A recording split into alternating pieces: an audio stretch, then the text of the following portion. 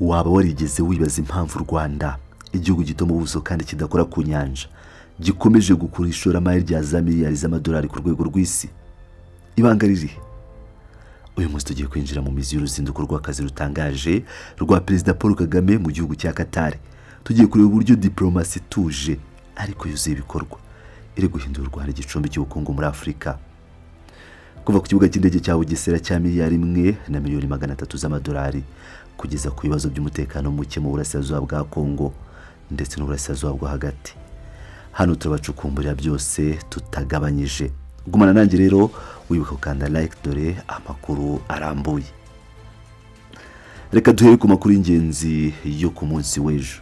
Ku cyumweru mu gitondo cya kare tariki 24 Gicurasi 2026, Perezida w'u Rwanda His Excellency Paul Kagame yageze i Doha, umurwa mukuru w'igihugu cya Qatar.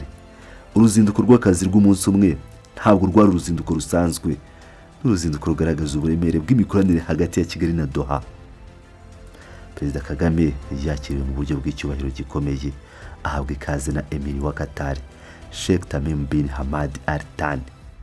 Nk'uko amakuru yashyizwe hanze n'ibiro by'umukuru w'igihugu Village Urugwiro abivuga ndetse n'ibinyamakuru bikomeye byo muri Qatar nka Gulf Times bikabyemeza, uyu mubonano wabereye ahantu hakomeye cyane hazwi nka Amir Diwan.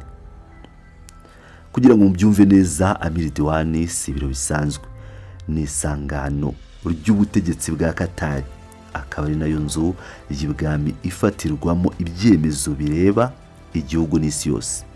Kuba Perezida w'u Rwanda yakirirwa aha hantu ku mugaragaro bigaragaza agaciro kadasanzwe igihugu cya Qatar giha u Rwanda. Mu gutangira uyu mubonano, Emir wa Qatar yashimye cyane umubano ushingiye ku bucuti bwimbitse uri hagati y'ibihugu byombi. Yagaragaje ko uyu mubano ari inkingi ya mwamba mu guteza imbere inyungu zihuriweho mu nzego zinyuranye. Ku rundi ruhande, Perezida Paul Kagame yashimiye Emir wa Qatar kubw'urugwiro, ikaze n'ubumuntu yagaragarijwe we n'intumwa ze guhera kuva yakandagira ku butaka bwa Qatar. Yongeye gushimangira ko guverinoma y'u Rwanda yiteguye gukomeza kwagura no guteza imbere ubu bucuti kugira ngo bugere mu zindi nzego zose z'ubuzima bwa buri munsi bw'igihugu, by'umwihariko ibihugu byombi. Uyu mubonano kandi wari witabiriwe n'abaminisitiri banyuranye ndetse n'abandi bayobozi bakuru mu nzego za leta ku mpande zombi, bishimangira ko ibiganiro byari bishingiye ku bikorwa bya diplomasi bifatika. Kugira ngo twumve neza impamvu ikomeye ituma u Rwanda rukomeza guhabwa icyubahiro kingana gutya ku ruhando mpuzamahanga, dukwiye gusubira inyuma tukareba ku mikorere ya Perezida Kagame ubwe. Abasesenguzi mu bya politike mpuzamahanga bavuga ko Perezida Kagame yubatse ndetse aba inzobere mu bwoko bw'imiyoborere budakunze kuboneka ku bayobozi benshi b'isi ya none. Ubwoko bw'imiyoborere bwitwa quiet confidence mu Cyongereza, bivuze icyizere gituje ariko cyimbitse. Ntabwo ari imiyoborere ishingiye ku rusaku, kugaragara cyane mu binyamakuru gusa ugamije kumenyekana cyangwa gukora ibyo bita ikinamico rya politike. Oya rwose, ahubwo ni imiyoborere ishyigikiwe n'umurongo uhamye uhoraho udahagarara, ibyo bita consistency mu ndimi z'amahanga.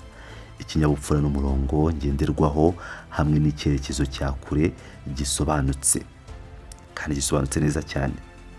Mu gihe abandi bayobozi benshi ku isi biruka inyuma y'inkuru zishyushye kugira ngo bavugwe cyane, Perezida Kagame we akomeza kwibanda ku bintu bifatika. Yibanda ku kubaka ubufatanye buremereye nk'ubu turimo kubona hagati y'u Rwanda na Qatar. Ashimangira isura y'u Rwanda no kurwongerera ijambo n'icyubahiro ku rwego mpuzamahanga, ndetse akinjira byimbitse mu gushaka ibisubizo by'umutekano n'amahoro mu karere. Iyi diplomasi ituje ariko yuzuye ibikorwa iri kwerekana uburyo hari umucyo ndetse n'ubuhanga bwo kubaka leta, byabaye ikirango kizwi cyane cy'imiyoborere ye. Ubwo ndavuga His Excellency. Niyo mpamvu ishoramari rikomeye rigana mu Rwanda, kuko abashoramari b'abanyamahanga baha agaciro igihugu gifite umurongo uhamye kandi cyizewe. bavandimwe, reka noneho twinjiye mu mibanire, ibiganiro hagati ya Perezida Paul Kagame na Emir wa Qatar. Ntabwo byagarukiye mu magambo meza ya politike gusa, byinjiye mu by'ubukungu n'ishoramari rikomeye rihindura ubuzima. U Rwanda na Qatar bifitanye umubano udasanzwe watangiye kugira ingufu mu mwaka w'ibihumbi 2017. Uyu mubano wahawe izina rya Action Oriented Diplomacy, bivuze diplomasi cyangwa umubano ushingiye ku bikorwa byihuse bitari amagambo gusa. Nk'uko byatangajwe, ishoramari rikomeye ibi bihugu bihuriyemo riri mu nzego z'ubwikorezi, ubukerarugendo ndetse n'iterambere ry'ibikorwa remezo. Reka dufate urugero rw'umushinga w'ikibuga cy'indege mpuzamahanga cya Bugesera, cyangwa nk'uko bakize ikibuga mpuzamahanga gishya cya Kigali kiri kubakwa mu Bugesera. Uyu ni umushinga w'agaciro k'akayabo ka miliyari imwe na miliyoni 300 z'amadolari y'Amerika, $1.3 billion. Muri uyu mushinga igihugu cya Qatar gifite imigabane ingana na 60%. Ubu ni ubufatanye bugaragaza icyizere igihugu cya Qatar gifitiye isoko ry'u Rwanda. Iki kibuga cy'indege n'icyuzuye u Rwanda ruzahita ruhinduka isura, nuko ngo ruzahindura isura, rwemerwe nk'igicumbi kinini cy'ubwikorezi bwo mu kirere uhuza Afurika ndetse n'indi migabane y'isi. Ibi bivuze imirimo ibihumbi n'ibihumbi ku banyarwanda ndetse n'izamuka ry'ubukungu. Ikindi kintu cy'ingenzi cyane kitasigaye mu biganiro ni imikoranire mu bwikorezi bw'indege. Uretse ikibuga cya Bugesera, sosiyete y'igihugu cya Qatar ikomeye ku isi yitwa Qatar Airways itegerejwe kwegukana imigabane ingana na 49% muri kampani y'indege y'u Rwanda, Rwandair. Bitekerezeho nawe, ibi bivuze ko Rwandair igomba kugira ubushobozi bwo kugera mu bihugu byinshi, kwiyongera kw'indege nshya no guha abagenzi serivisi zo ku rwego rwo hejuru ku isi.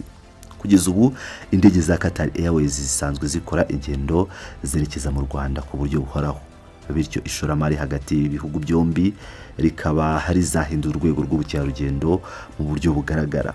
Ubufatanye buratanga umusaruro ufatika ku baturage b'ibihugu byombi. Dukomeje isesengura ryacu kuri aya makuru. Nk'uko twese tubizi, iterambere n'ishoramari ntibyashoboka igihe nta mutekano uhari. Mu biganiro bya Perezida Kagame na Emir wa Qatar, bombi bakaba bafashe igihe cyo kureba ku bibazo by'umutekano muke bikomeje guca ibintu mu turere ibihugu byabo biherereyemo. Bashimangiye ubushake bwabo bwo kuba umusemburo w'amahoro ndetse n'umutekano mu rwego mpuzamahanga. Muri ibi bihe turimo, isi ihanganye n'amakimbirane akomeye. Ku ruhande rw'u Rwanda, uruzinduko ruje mu gihe igihugu cy'abaturanyi cya Repubulika ya Demokarasi ya Kongo gikomeje kugaragaramo imirwano yeruye. Iyi mirwano ihanganishije igisirikare cya leta ya Kongo hamwe n'imitwe bafatanyije, by'umwihariko bakarwana n'impuzamashyaka AFC, M23, MRDP n'abandi bose bafatanyije. Uyu mutekano muke mu burasirazuba bwa Kongo uhoroshya igitutu ku bihugu bituranye ndetse ukaba imbogamizi ikomeye ku buhahirane mu karere k'ibiyaga bigari. Ubuyobozi bw'u Rwanda rero buri gusobanurira abafatanyabikorwa babwo impamvu hakenewe amahoro arambye mu karere n'uruhare u Rwanda rufite mu gusigasira ubusugire bwarwo. Ku rundi ruhande, Qatar naho ibintu si byiza cyane kuko nabo bugarijwe n'ibibazo by'umutekano muke ukomoka mu burasirazuba bwo hagati. Qatar ubu yaracyahanganye n'ingaruka zikomoka ku bitero byagabwe na Iran, uhereye igihe intambara yashyamiranyije ibihugu bikomeye nka Amerika n'igihugu cya Israel yagize ingaruka kuri Iran n'akarere kose muri rusange. Muri ibi bihe bitoroshye cyane, igikorwa Perezida Kagame yakoze ni ikindashyikirwa. Yagaragaje ku mugaragaro ko u Rwanda rufatanije ndetse rwifatanya cyane n'abaturage ba Qatar mu bihe byiza ndetse n'ibibi.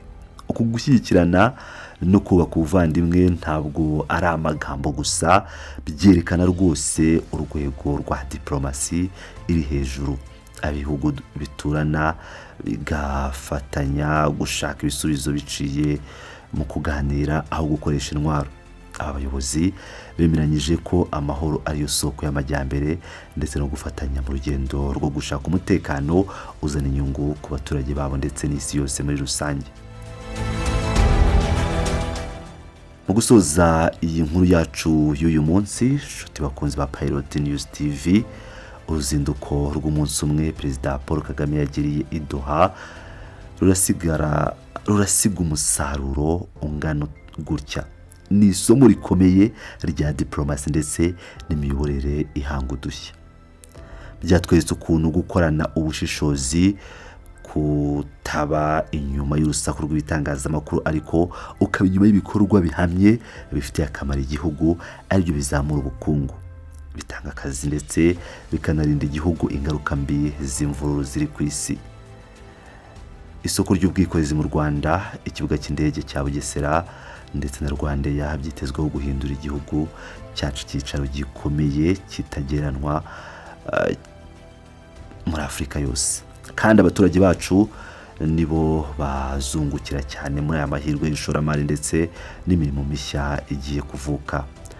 Gayo nguko amakuru yacu y'uyu munsi muri iki gitondo yarashingiye kuri ruzinduko rw'amateka rwabereye mu biro bya Amir Diwan, aho u Rwanda rwahahuriye n'umuvandimwe n'inshuti magara cyane igihugu cya Katari, bagasasa inzobe kubaka ejo hazaza heza ibihugu byombi. Ese wowe iyi mikoranire y'u Rwanda na Katari ubona izatugeza he mu myaka 5 iri imbere? N'icyo ubona wowe ugize igitekerezo cyangwa inama watanga kuri aya makuru y'ishoramari ritangaje ndetse na diplomasi igihugu cyacu gikomeje kugaragaza? Ndabasaba gusangiza ibitekerezo byanyu hano hasi habugenewe muri comments down below kugira ngo dukomeze tubane 5 kuri 5. Ndabashimiye kandi nimwagiriwe kandi subscribe niba utarabikora.